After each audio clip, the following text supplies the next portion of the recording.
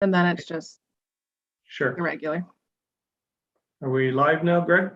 Working on it. It's just loading up. Okay, how do we accept the minutes if we don't have them? So those weren't Let's, sent out either. No. We can just take that off the agenda and we'll add Let's- it next let's week. push the minutes back to our regular meeting. So we'll do the Okay. meeting or the minutes from our past regular meeting at our next regular meeting next Wednesday. And we'll just treat this as the special meeting for the one item. Okay, thank you. And we are live on YouTube now. Alrighty, thank you very much. Good evening, everyone. It's 6:34. Welcome to Municipalities First, the Planning Advisory Committee for September the 7th, 2021. We're gathered today for a special meeting, and that is to hear one application. And if we can have someone to accept the minutes, not the minutes, pardon me, the agenda. And I believe we had Terry and John Simmons to accept that, to move that. And that's all in favor? It's carried. Thank you very much. Greg will proceed into this file.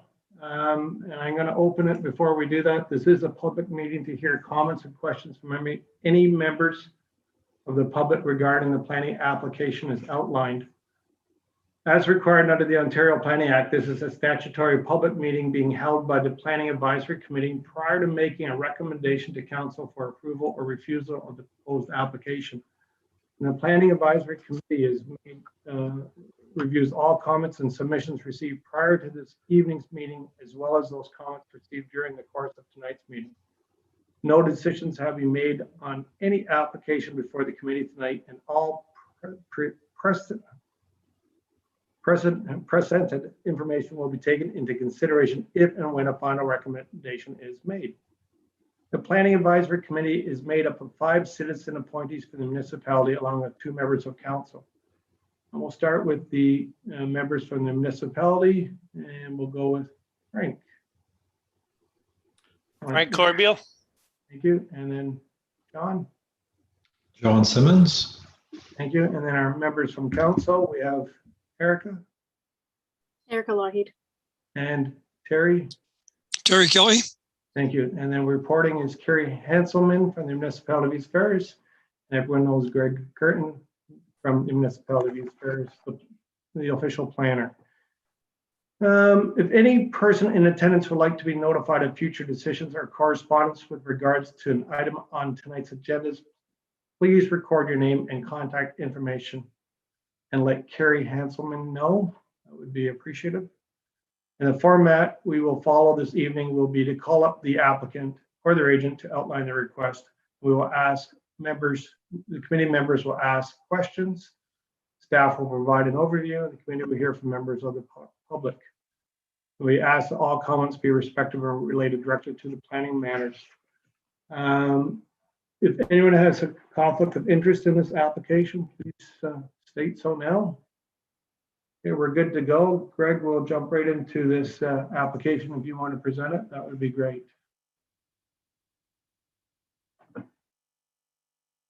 Greg? Is everyone frozen? What's going on? I can hear Okay. you, but I know that my power just flickered. So people's I don't know if other people's power went Mine too. Oh, Yeah. And I happened to just be hotspotting on my phone, so I don't know. Oh, wow. Okay. Yeah, so I think they all you didn't lose power, John? No, not at all. I'm at work though. I'm in North Bay. Because I couldn't do I had to link to my phone because my internet wasn't holding. Oh, wow. That's the only reason why I'm still connected right now. Mine flickered Mhm. in North Bay too. So I how don't much know. did you hear, Eric and Carrie? How much did you hear? Did you hear the whole thing? It was spotty. It was. I could, but I think you probably lost out at probably about 30 seconds before we cut out. I lose a lot of people when I talk. No, I'll text Greg to see if he Audrey, can you go, please?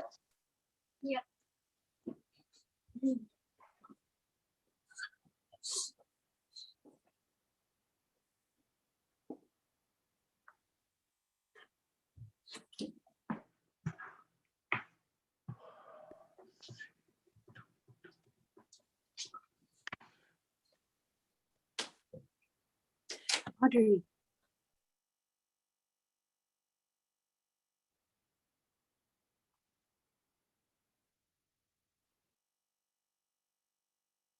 Does it say which one of us is the host I now? thought it was Greg. I thought it was Greg. I'm just wondering if he gets kicked out, does it go to someone else? Oh, does it mean that we have to re-sign back in? We can. I just messaged Greg to see. Wait, is it storming out in East Ferris?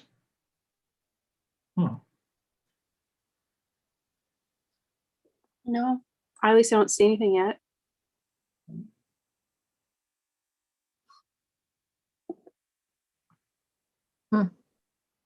Should we sign out, do you think?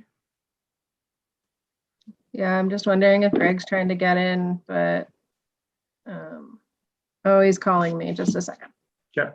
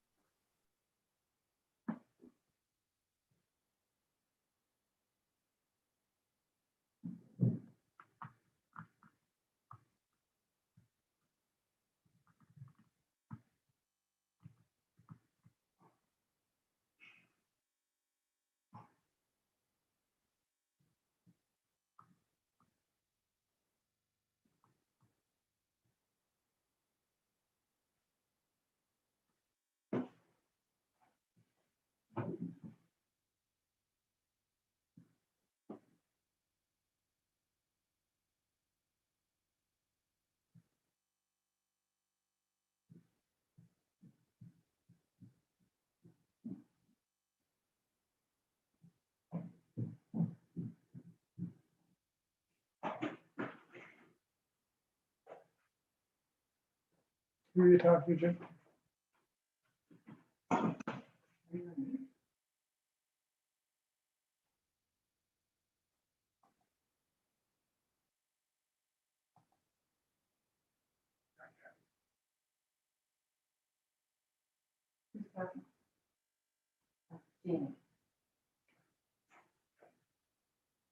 It looks like I'm the host. It says like I have to admit people.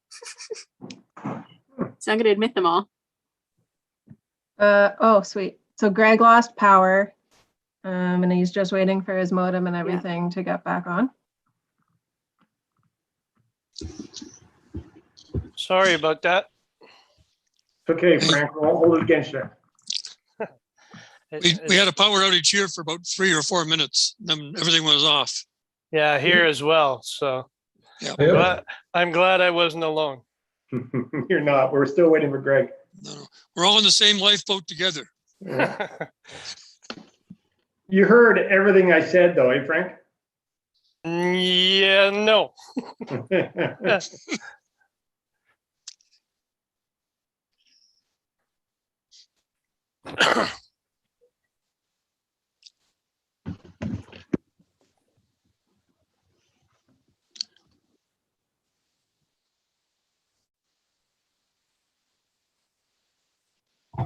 Okay, so I guess I was not the only one that lost power and got No. kicked there, right? Are you in the bay, Greg? Yes. You Yeah. lost power there too. Yeah, it flickered only for a second, but it took a while for my modem and router and stuff to kick back on. Yeah. Greg, is anyone in the YouTube room right now? Well, I have to start it again now because we lost that as well when I dropped. But there was nobody watching. I was the only person on the YouTube All stream. right. But I will get it going again. Just Thank you. oh, actually, no, it automatically restarted. So we are back to being live on YouTube. I just noticed. And there's no one in the stream right now? I don't have it up in my browser anymore. Let me check. Okay, yeah, no, nobody in right now, and I didn't get any correspondence from anyone wishing to address the committee tonight either. So, Alrighty, well, what I'll end up, I think everyone knows the format, but the last thing I wanted to mention was, does any committee member have a conflict of interest in regards to this application? And I'm seeing all no's, so we can proceed. Greg, if you can proceed on file C 2021-06, that would be great. Thank you. Sure. So I'll give a brief introduction to this. So this application is being made by the municipality. So this is on municipally owned lands. Previously to this meeting, the municipality engaged a surveyor to delineate 4 residential lots from this piece of property. We've actually went through the process already of entering into sale agreements for each of these 4 lots, and they're due to close in early October. Basically what happened was there was a discrepancy between our online zoning mapping and our official zoning copies that we didn't, or that didn't become apparent until later in the process. So this application is just seeking to rectify that zoning discrepancy. So this piece of property is currently zoned recreation, which permits a variety of campground and club, sports field related uses, as well as municipal office, fire hall, and other institutional administrative uses. And we're seeking to rezone it to lakefront residential for standard single family dwellings construction. Being in adjacent to a wetland and on the water, we engaged FRI Ecological to do an environmental assessment of the property. There is some Category 2 and Category 3 blanding turtle habitat along the shoreline. So with that would come some mitigation measures required. We've submitted a screening form to the Ministry of Environment, Conservation and Parks, requesting their input on what that would look like. In most cases, this is just no development in the Category 2 habitat and then a setback from that habitat for the Category 3 area. We have not heard back from MECP yet, but that's a process that can happen after this goes through. It just will require maybe different mitigation measures through site plan control agreements at a later date. That's about the overview of the application. So if anyone has any questions, I'd be happy to take them. Does anyone have any questions, or should I go first? Not from me, thanks. Okay. So Greg, these were 4 previous lots? No, these are 4 lots that will be created when the sale agreements close. So the surveying work has been done and they're ready to be registered as their own individual lots, and that will take place when the sale happens. The reason why the lot creation didn't come to this committee is because municipalities are exempt from consent policies. So municipalities can convey land without consent from a committee of adjustment or a planning committee. So basically we can create the lots without that Planning Act process. And how does that fit with the residents of East Ferris? I hate to see the East Ferris have an advantage over anyone else trying to do this. So we didn't receive any comments on this rezoning process, and to the best of my knowledge, the residents in the area were aware of this lot creation process. I've spoke to a number of residents over the past few months about this project. A lot of them noticed the survey crews out there and called and were interested, and we did engage people proactively in some cases when we were out there as well.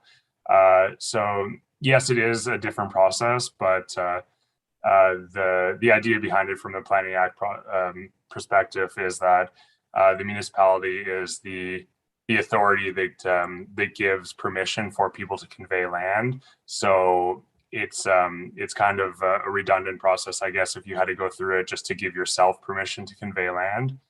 So that's why the municipality doesn't have to go through that process. Okay. Now you say that there's 4 lots. I'd say you already have them pre-sold in a sense. And how does that fit with the residents of East Ferris? With these, like, I want to make sure everything is on the upper, on the upper hand. I don't want any hard feelings anywhere. Yeah, so these lots, they were all advertised publicly, and there is sale agreements for all 4 of the lots already that have been signed, just with closing dates in early October. But this whole process for the rezoning as well as the listing for the lots and the sale of the lots was authorized by council at every step of the process. So this isn't a staff initiative. It's something that has been put forward and authorized by council, and we're just carrying out the administrative work related to it. Okay. Any reason why we couldn't do this next week? The reason being is because we just wanted to do it as fast as possible, basically. And in this case, the 1 week makes a difference with the closing dates in early October, which was basically optimal from the realtor's perspective, as well as from an administrative perspective for our own bookkeeping reasons. Okay. I just want to make sure that this doesn't stink, you know. No, yeah, I get what you're saying, because it is out of the ordinary to call a special meeting. But everything it's totally normal procedure, and it's all totally above board. Okay. Now, we talked about, you haven't heard from the North Bay Meadow Conservation? No, we have heard from the North Bay Meadow Conservation. It's the Ministry of Environment, Conservation and Parks that we haven't heard back from. But that part of the screening, like the screening request and the potential for an overall benefit permit from them, is all part of the sale agreement. So the entire FRI report, the MECP screening request, that was all included in the sale packages for each of the lots when they were purchased. And it was also conditional upon the zoning exercise taking place. So this information has all been provided to the prospective buyers. Okay, thank you. Any questions, committee members? John, Frank, Erica, Kelly, and Terry? No, so I guess if the conditions in the agreements include, like, I just think ultimately, is there going to be enough setbacks from those zones to be able to build? Ultimately, that's all included in the agreement, so we don't have to include it in any resolution or motions that we have going forward to approve the rezoning, because that's already covered in the agreements. Yes, and also there's site plan control agreements that will be required for each of these properties. So given that the municipality was the one that commissioned the study from FRI, we're obviously aware of the recommended mitigation measures in that study, and we're also the ones that submitted the MECP screening request. So we'll be able to build in all those into the site plan control agreements when it comes time for the buyers to actually build a home on these lots.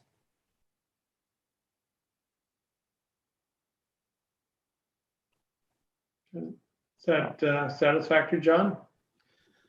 Yeah, that part's good for me. I guess the only other question is, how many lots are we allowed to create on Lake Nosbonsing in a year? We don't have a set number of lots specifically on Lake Nosbonsing. We did recently do the Lake Nosbonsing lake capacity study to look at the overall capacity of the lake. So this section of Lake Nosbonsing is in the main, or the larger, it was referred to as the main basin in the study that was done by Hutchison Environmental, but it's the largest basin of the lake on the east side. And that study indicated capacity for over 300 additional lots from a theoretical perspective. The reason I say theoretical is that there's not the shoreline frontage to accommodate anywhere near that many lots, but based on their water quality data, there was a theoretical upper limit of over 300 additional lots for this portion of the lake. So I don't think we need to worry about capacity issues for these 4 additional lots. I guess also the lot creation is not, in the scope of this application anyways, but there would be no issue for those 4 lots. Yeah, no, I get what you're saying there too. It's not within scope, but yeah, that's great. Thanks.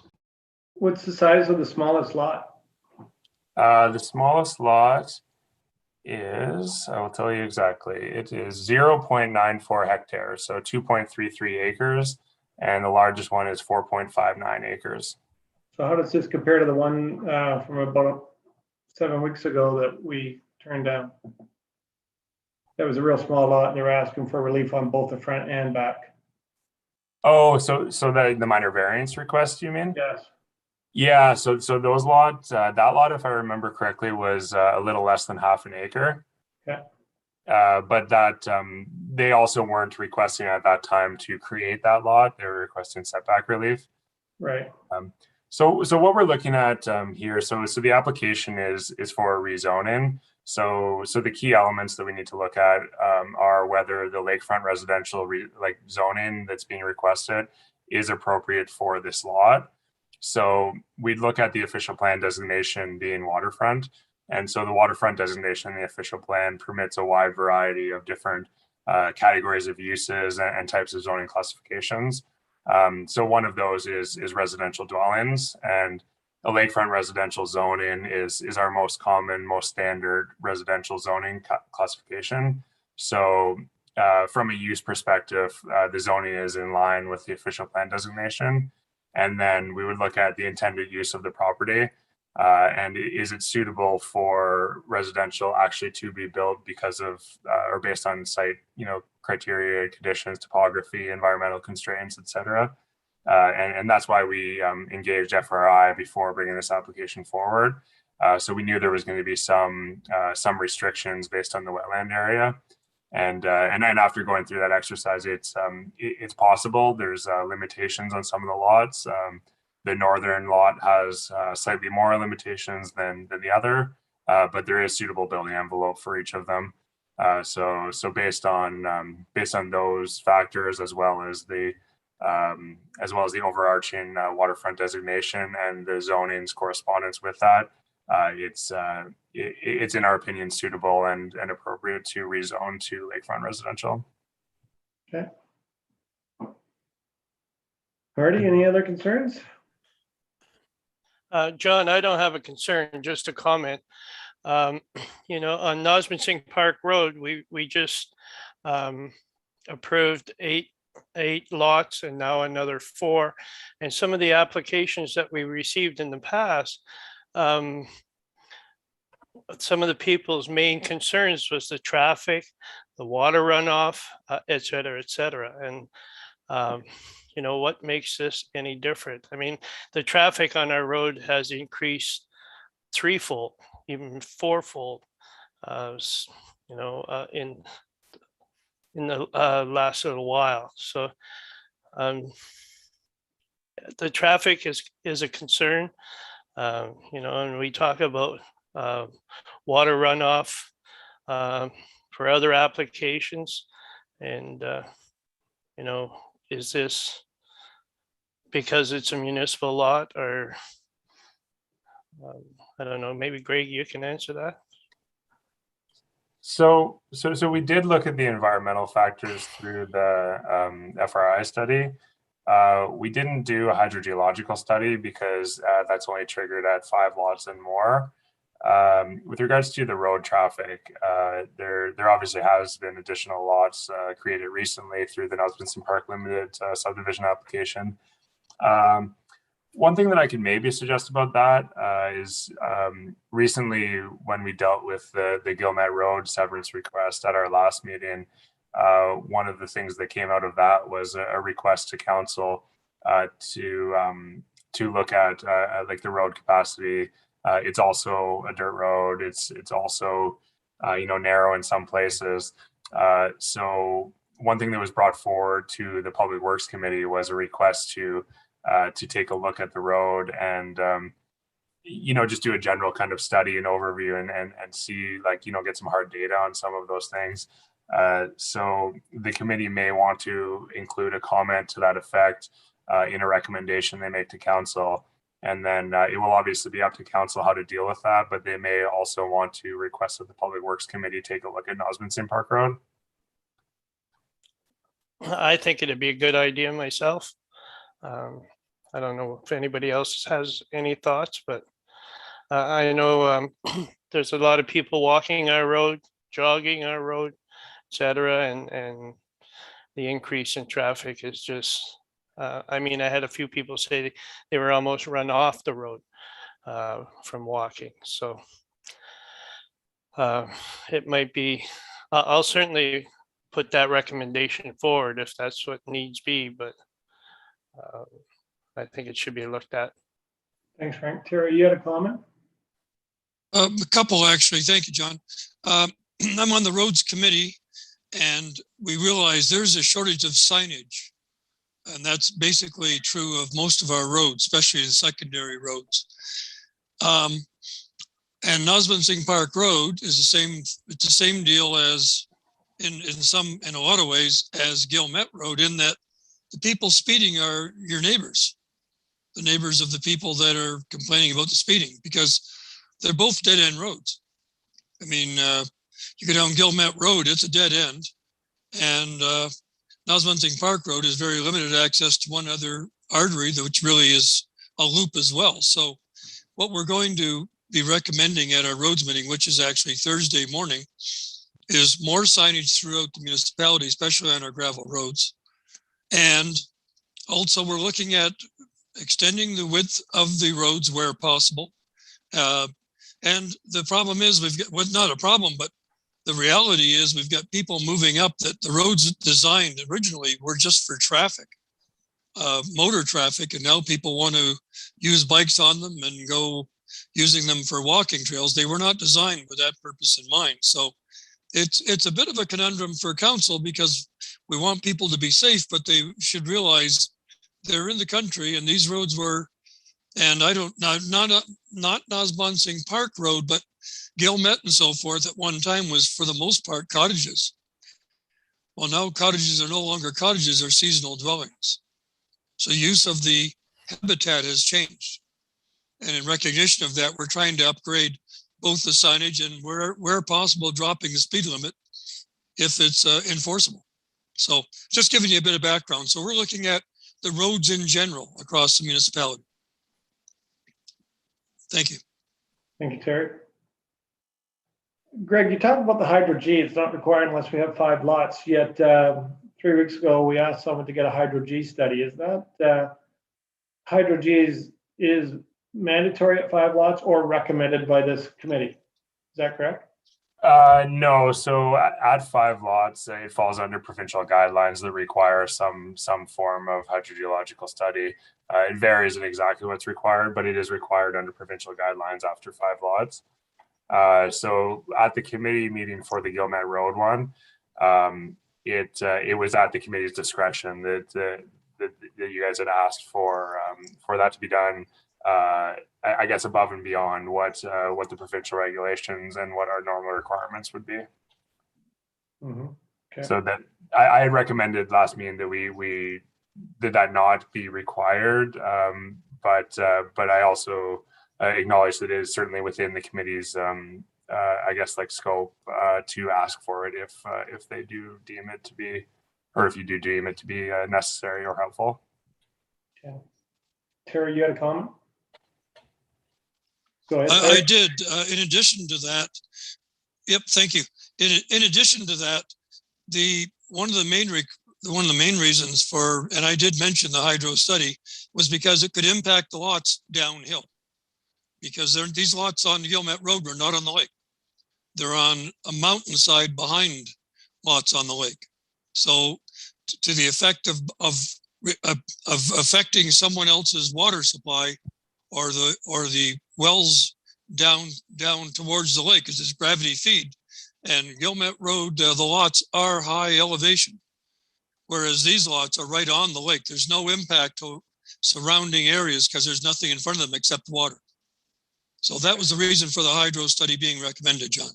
Okay. And remember the letter that was sent by the Boutelier family, they said basically the same thing. Okay. So, because there's cottages and homes in front of Gilmet, the lots. Okay. John Simmons, you have a question, comment? Yeah, I think when I was thinking about it, I recalled the same thing. And we had citizens from that road expressing concerns about water and the impacts that have already existed, and that the concern about that prior existing. And in this case, for me, now understanding, we're not being asked tonight if the severance can happen. We're just being asked for rezoning. So if I think of the context of rezoning from this summer commercial businesses kind of concept to a residential, to me, the impact based on these lots, even though there's now 4, but there still are 4 lots zoned in that manner. We're just like making it residential, which has been the intent, and is probably a lesser impact than if 4 businesses started up on these 4 lots. Yeah, 100%. I just want to make sure that we can defend everything that happens tonight in all of the our comments. Yeah. Okay. So Bill, With that, I'm bring good you with up. it. Okay. Bring you up to speed, Bill. We're just looking at changing the zoning application of 4 lots on Noswanson Park Road, and we want to make sure all bases are covered and that we can do so with good conscience. Everyone else is good with that then? Frank, how do you want it, Frank, you want something on the roads to address it? Did you want to make a comment there, Frank, in it? I'm sorry, John? If we make a motion, you want the roads to look at it? Yeah, just a recommendation that the roads department take a look at, just like they're doing the other roads. Okay. Anything else? It's all good, I think. Eh? John, you're good then? Erica, you're good?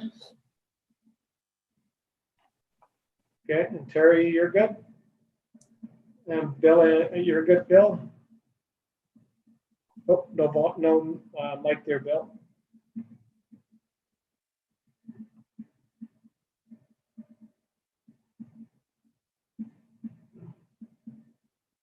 You're still muted, Bill. There we go. There you are. Sorry, We're good. I'm good, John, thanks. Thank you. All right, do we have a motion there? So sorry, just to confirm, Frank, you're putting a motion forward. The council recommends the Public Works Department look at Noswanson Park Road. Did we have a seconder for that motion?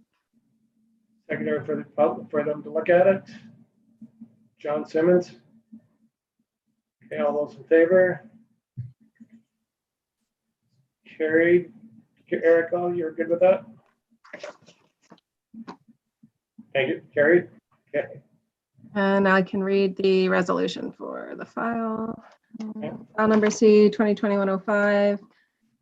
Whereas the owners of the lands described as Plan M505, Part BLKA, Part BLKE on what is locally known as Lake Noswansing Road Noswansing Park Road has applied for a zoning bylaw amendment to rezone the property from the existing O1 recreational zone to the RL lakefront residential zone. And whereas the application is consistent with the provincial policy statement, and whereas the application is in conformity with the policies contained within the official plan for the municipality, therefore be it resolved that the application for a zoning bylaw amendment be recommended for approval. Thank you. You need a motion or just carried that? You need a motion on that then, Carrie? We do, yes, please. Okay, I see Terry, you had your hand up, and second by Erica. Bill. Erica, Bill. All those in favor then? It is carried. That is great. Thank you. Thank you, everyone. Greg, that pretty well wraps it up then. Yeah, that pretty well wraps it up. Just want to say, yeah, thanks again to everyone for taking the time for an extra meeting this month for a special meeting. I appreciate the extra accommodations, so thank you. Alrighty. Do we need a motion to adjourn, Carrie? A motion to adjourn. I got Frank and Bill. Bill. That the Planning Advisory Committee adjourned at 7:07 p.m.